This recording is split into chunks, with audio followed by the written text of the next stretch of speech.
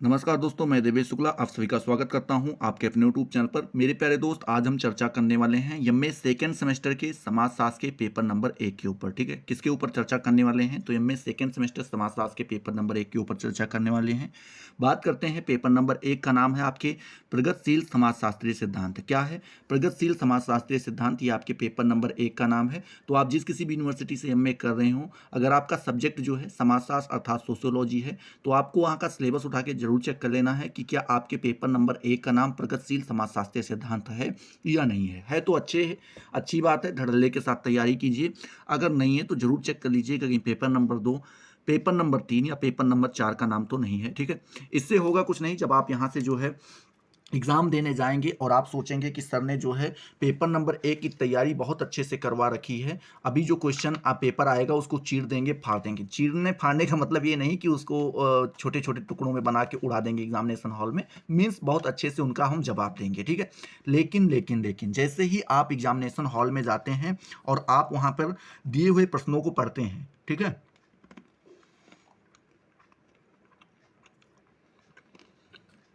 दिए हुए प्रश्नों को जब आप पढ़ते हैं तो देखते हैं कि वहाँ पर मेरे बताए हुए एक भी क्वेश्चंस आपको देखने को नहीं मिलते हैं। तो आप सोचते हैं कि सर ने तो कहा था भैया कि सारे क्वेश्चंस यहीं से आएंगे, और मेरे यहाँ पर क्वेश्चन पेपर में एक भी क्वेश्चन नहीं देखने को मिल रहे हैं। क्यों नहीं देखने को मिल रहे हैं? क्योंकि आपने सिलेबस चेक ही नहीं किया था। ठीक है,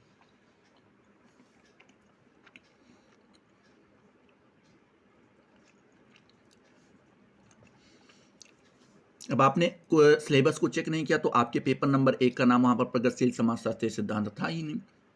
अब जब आपके पेपर नंबर 1 का नाम प्रगतिशील समाजशास्त्रीय सिद्धांत होगा ही नहीं, तो आपको वहाँ पर ये क्वेश्चंस कहाँ से देखने को मिलेंगे? तो इसलिए सिलेबस चेक कर लेना काफ़ी ज़्यादा इंपॉर्टेंट हो जाता है। बात करते हैं इसके, हम कुछ टॉप क्वेश्चंस के बारे में बात करने वाले हैं जो आपके एग्जामिनेशन की दृष्टिकोण से काफ़ी ज़्यादा इंपॉर्टेंट हैं। ठीक है, तो इससे पहले हम लोगों ने जो है 2 पार्ट्स के बना दिए थे, 2 पार्ट बन चुके हैं। अगर आपने उनको नहीं देखा तो जाकर के देख सकते हैं। लगभग 10 क्वेश्चंस उसमें कवर कर लिए गए थे। आज हम 11वें नंबर क्वेश्चन से जो है क्या करेंगे, इस चीज़ को स्टार्ट करेंगे।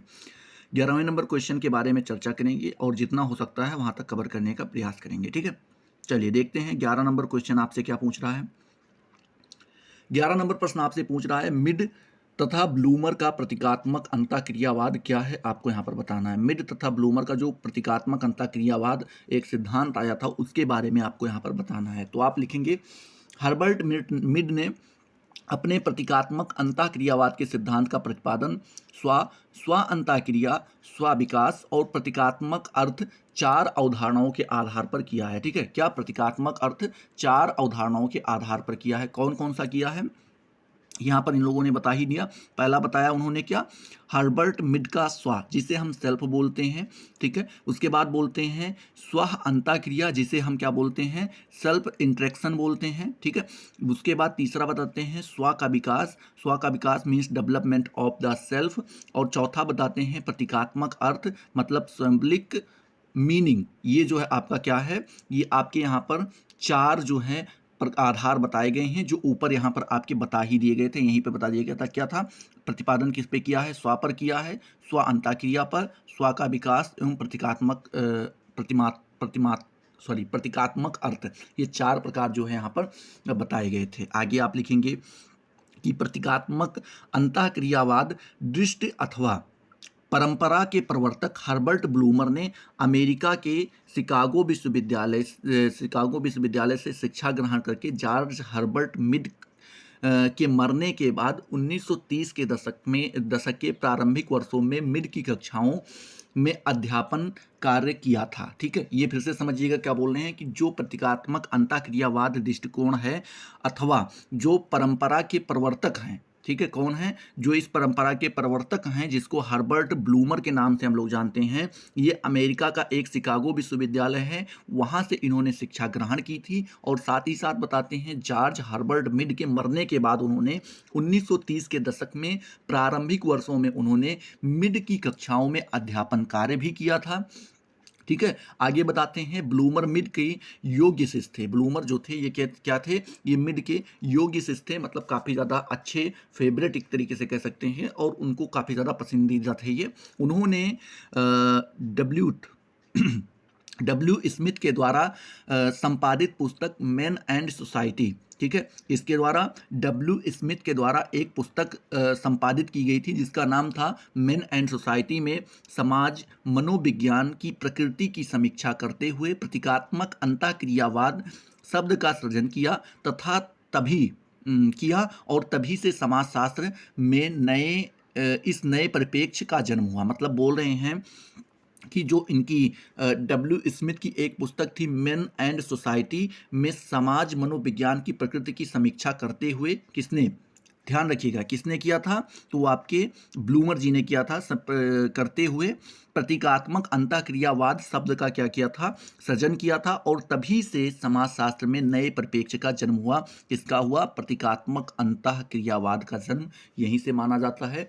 कालांतर में जब ट्यूमर कोकलिया, ठीक है, क्या, ट्यूमर कोकलिया यूनिवर्सिटी के समाजशास्त्र पीठ के प्रथम अधिष्ठता बने, क्या हुए, ये आपके जो ट्यूमर कोकिलिया यूनिवर्सिटी है इसमें समाजशास्त्र पीठ के क्या हुए, प्रथम अधिष्ठता मतलब आप समझ सकते हैं अध्यक्ष, आप जिसे कहते हैं, प्रथम अध्यक्ष बने।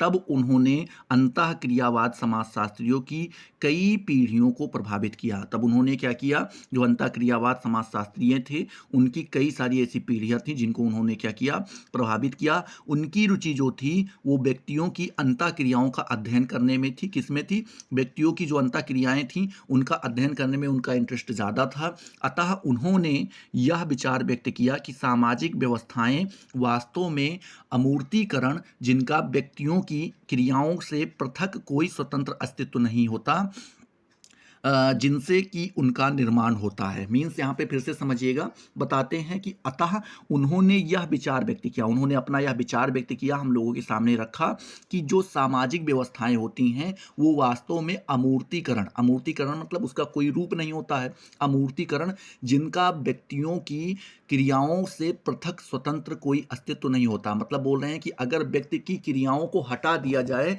तो उससे अलग होने के बाद उसका कोई स्वतंत्र अस्तित्व नहीं है। किसकी, सामाजिक व्यवस्थाएं जो हैं इसका कोई स्वतंत्र अस्तित्व नहीं है। अगर इसमें हम व्यक्तियों की क्रियाओं को हटा दें तो ही बोल रहे हैं इनका स्वतंत्र अस्तित्व नहीं होता, जिनसे कि उनका निर्माण होता है, जिनसे कि उनका क्या होता है, निर्माण होता है। ये आपको यहाँ पे ध्यान में रखना है, ठीक है। तो आई होप ये आपका 11 नंबर क्वेश्चन क्लियर हो गया होगा। अब हम बात करते हैं 12 नंबर प्रश्न के बारे में। 12 नंबर क्वेश्चन यहीं पर आपसे पूछ रहा है, क्या पूछ रहा है कि होमन्स एवं पीटर ब्लाउ, क्या, होमन्स एवं पीटर ब्लाउ का सामाजिक विनिमय सिद्धांत की व्याख्या कीजिए। होमन्स और पीटर ब्लाउ का जो सामाजिक विनिमय सिद्धांत आया था उसकी आपको यहाँ पर व्याख्या करनी है। तो आप लिखेंगे होमन्स का सिद्धांत यह बतलाता है कि विनिमय का लक्ष्य उपयोगिता के उपयोगिता पर आधारित होता है। मतलब बताते हैं जो होमन्स का सिद्धांत आया वो हमें ये बताने का प्रयास करता है कि जो विनिमय क्या होता है, जब आप किसी चीज़ का लेन देन करते हैं तो उसी को विनिमय कहा जाता है। तो जो विनिमय का लक्ष्य होता है वो उपयोगिता के आधार पे, यूज के अकॉर्डिंग क्या होता है, यूज पर आधारित होता है, ये यूज के अकॉर्डिंग होता है। होमन्स मानते हैं कि बिना उपयोगिता के लेन देन या आदान प्रदान संभव नहीं है। मतलब कह रहे हैं अगर आपके पास किसी चीज़ का यूज ही नहीं है तो आप उस चीज़ को क्यों लेंगे या फिर उस चीज़ को क्यों देंगे, ठीक है। मान लीजिए किसी चीज़ का यूज आपके पास नहीं है और उस चीज़ की ज़रूरत किसी और को है, और दूसरा जो सामने वाला व्यक्ति है उसके पास कोई ऐसी चीज़ है जिसकी ज़रूरत आपको है लेकिन उसको नहीं है, तो अब दोनों की नीड्स क्या हैं, अलग अलग हैं, ठीक है। उसको क्या चाहिए जो आपके पास है और आपको क्या चाहिए जो उसके पास है, तो आप क्या करेंगे, एक दूसरे से अदल बदल लेंगे, अपना काम चलाएंगे, तभी विनिमय हो पाएगा। यही आपके कौन बताते हैं, यही आपके होमन्स महोदय जी बताते हैं, ठीक है। आगे आपको लिखना होगा कि अतः प्रत्येक विनिमय की कोई ना कोई उपयोगिता अवश्य होती है। मतलब कह रहे हैं कहीं भी कोई विनिमय होता है तो उसकी कोई ना कोई उपयोगिता जरूर होती है, तभी यह विनिमय होता है, जिसका आधार क्या होता है, जिसका आधार आदान प्रदान करने वाले व्यक्तियों का व्यक्तिगत स्वार्थ है। जिसका आधार क्या है, आदान प्रदान, मतलब लेने देने वाले जो व्यक्ति हैं उनका व्यक्तिगत स्वार्थ उसके अंदर छिपा होता है, जिसकी अनुभूति जिसकी अनुभूति व्यक्ति की आर्थिक तथा मनोवैज्ञानिक आवश्यकताओं के सम्मिश्रण से होती है। जिसकी अनुभूति क्या होती है? जब व्यक्ति की आर्थिक तथा मनोवैज्ञानिक आवश्यकताएं, आर्थिक मीन्स रुपयों से संबंधित, ठीक है, पैसों से, धन से संबंधित, और मनोवैज्ञानिक मतलब आपके मन से संबंधित आवश्यकताएं जब क्या होती हैं? सम्मिश्रण होती हैं। सम्मिश्रण मीन्स मिल जाती हैं दोनों, तभी क्या होता है? आपका आदान प्रदान होता है, विनिमय होता है। ह्यूमन्स ने मानसिक या अप्रत्यक्ष लाभ या हितों, ठीक है, क्या बताते हैं? ह्यूमन्स ने मानसिक या अप्रत्यक्ष, ठीक है, बताते हैं लाभ या हितों तथा भौतिक या प्रत्यक्ष हितों में अंतर किया है। किसने? ह्यूमन्स ने जो है मानसिक एवं अप्रत्यक्ष,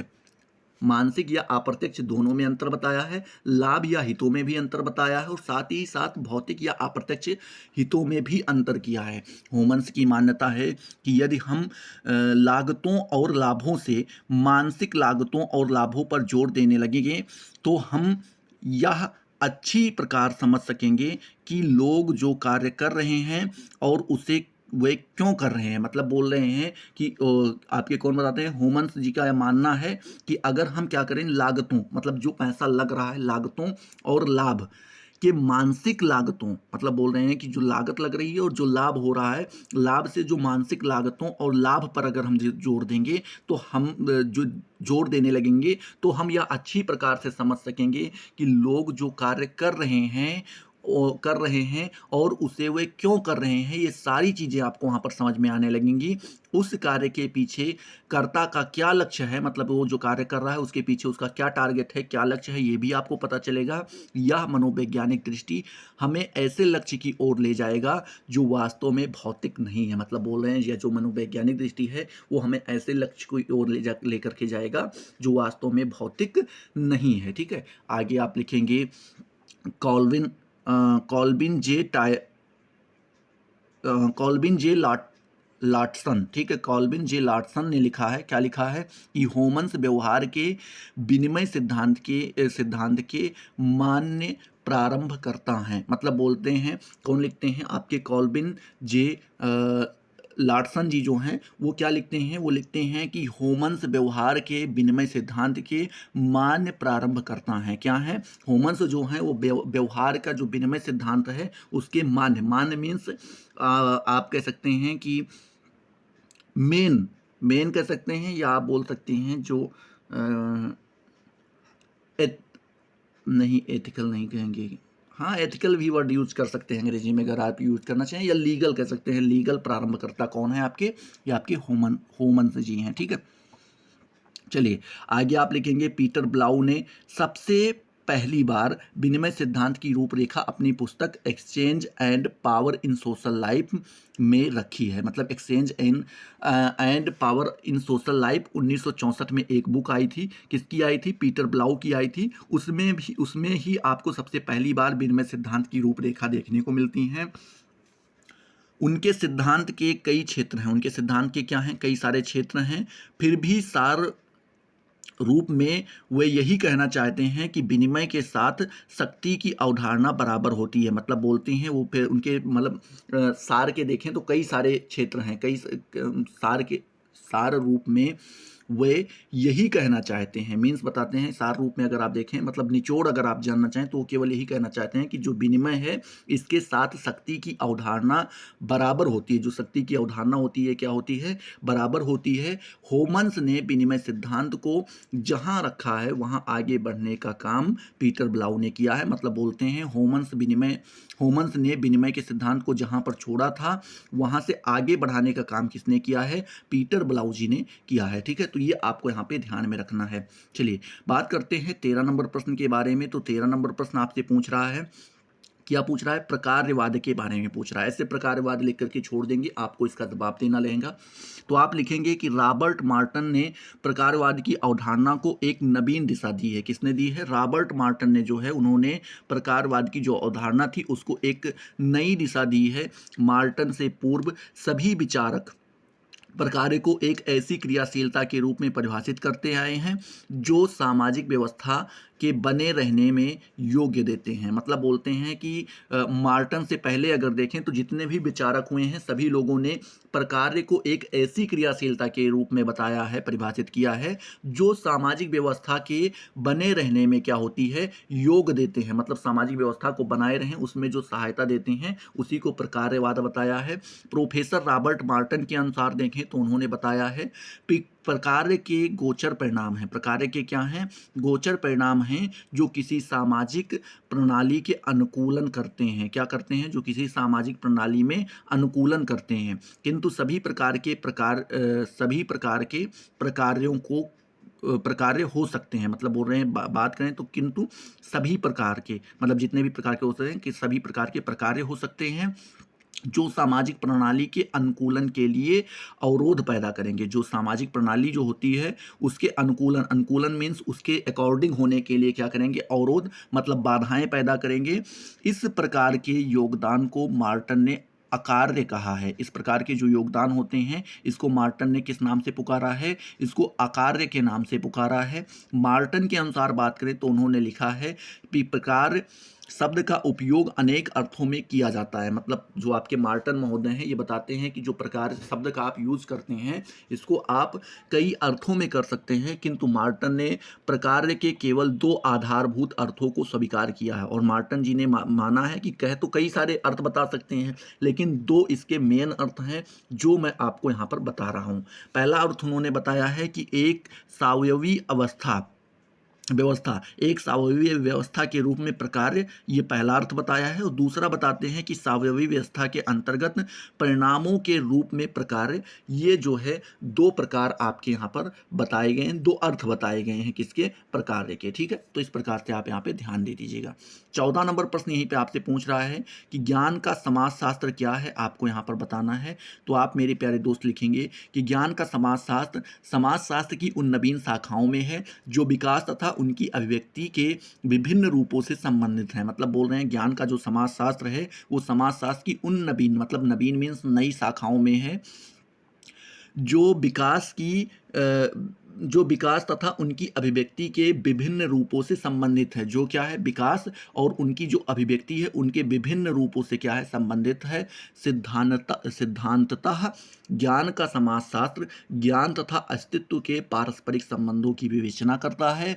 एक सिद्धांत के रूप में इसका विवेचन उन विधियों पर आधारित है जिनके अनुसार सामाजिक संबंध विचारों को प्रभावित करते हैं। ज्ञान का समाजशास्त्र यह बताता है कि यथार्थ किस प्रकार विचारों का निर्धारण करता है। मतलब यहाँ पे फिर से समझिएगा, बताते हैं जो सिद्धांततः देखें तो ज्ञान का जो समाजशास्त्र है, समाजशास्त्र का जो ज्ञान है तथा अस्तित्व के पारस्परिक संबंधों की ये क्या करते हैं? विवेचना करते हैं। अस्तित्व के जो पारस्परिक संबंध होते हैं उनकी क्या करते हैं? विवेचना करते हैं। कौन करते हैं? ये करते हैं कौन? ज्ञान का समाजशास्त्र के ज्ञान। ठीक है, आगे आप लिखेंगे एक सिद्धांत के रूप में इसका विवेचन उन विधियों पर आधारित है। मतलब बोल रहे हैं एक सिद्धांत के रूप में अगर इसका आप विवेचन करना चाहते हैं, मतलब इसको डिस्क्राइब करना चाहते हैं तो उन विधियों पर आधारित है जिनके अनुसार सामाजिक संबंध विचारों को प्रभावित करते हैं। जिनके अनुसार क्या होता है? जो सामाजिक संबंध हैं वो विचारों को प्रभावित करते हैं।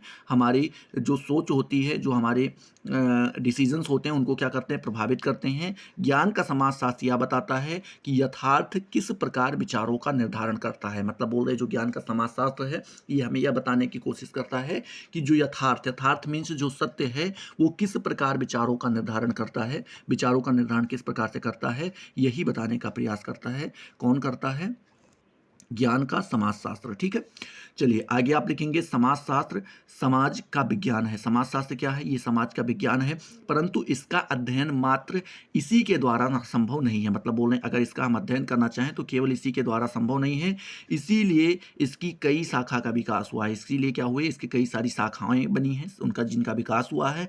ज्ञान समाजशास्त्र के संबंध में निम्न विद्वानों की परिभाषाएं महत्वपूर्ण है। मतलब बोल रहे हैं कि अगर आप ज्ञान का समाजशास्त्र के संबंध में विद्वानों की परिभाषाएं जानना चाहते हैं तो कुछ लोगों की यहाँ पर बताई गई हैं जो इंपॉर्टेंट हैं। ठीक है, एक एक करके उन्हें हम देख लेते हैं। पहले आपके आ जाते हैं कोजर तथा रीजर वर्ग के अनुसार। देखें किसके, कोजर एवं रीजर वर्ग के अनुसार देखें तो उन्होंने बताया है कि ज्ञान के समाजशास्त्र को व्यापक रूप में समाजशास्त्र की वह शाखा कहा जा सकता है जो कि समाज और विचार के मध्य संबंधों का अध्ययन करती है। ये आपके कौन बताते हैं, कोजर एवं रीजर महोदय जी बताते हैं कि जो ज्ञान के समाजशास्त्र है उसको व्यापक रूप में समाजशास्त्र की वह शाखा हम कह सकते हैं जो कि समाज और विचार के मध्य, समाज और विचार मतलब सोशल और जो हमारी सोच है, विचार मीन्स सोच, सोच के मध्य संबंधों का अध्ययन करती है, वही आपका ज्ञान का समाजशास्त्र कहलाता है। इस तरीके से आप बता सकते हैं। इसी चीज को फ्रांज एडलर महोदय जी लिखते हैं, क्या लिखते हैं कि ज्ञान का समाजशास्त्र विज्ञान की एक शाखा है। ये बताते हैं जो ज्ञान का समाजशास्त्र है वो विज्ञान मतलब साइंस की एक शाखा है जिसमें विचार और उसकी अभिव्यक्ति के विभिन्न स्तरों पर एक से संबंधित सामाजिक सांस्कृतिक कारकों का अध्ययन किया जाता है। ये आपके कौन बताते हैं, फ्रांज एडलर महोदय जी बताते हैं। ठीक है, आगे आपको लिखना होगा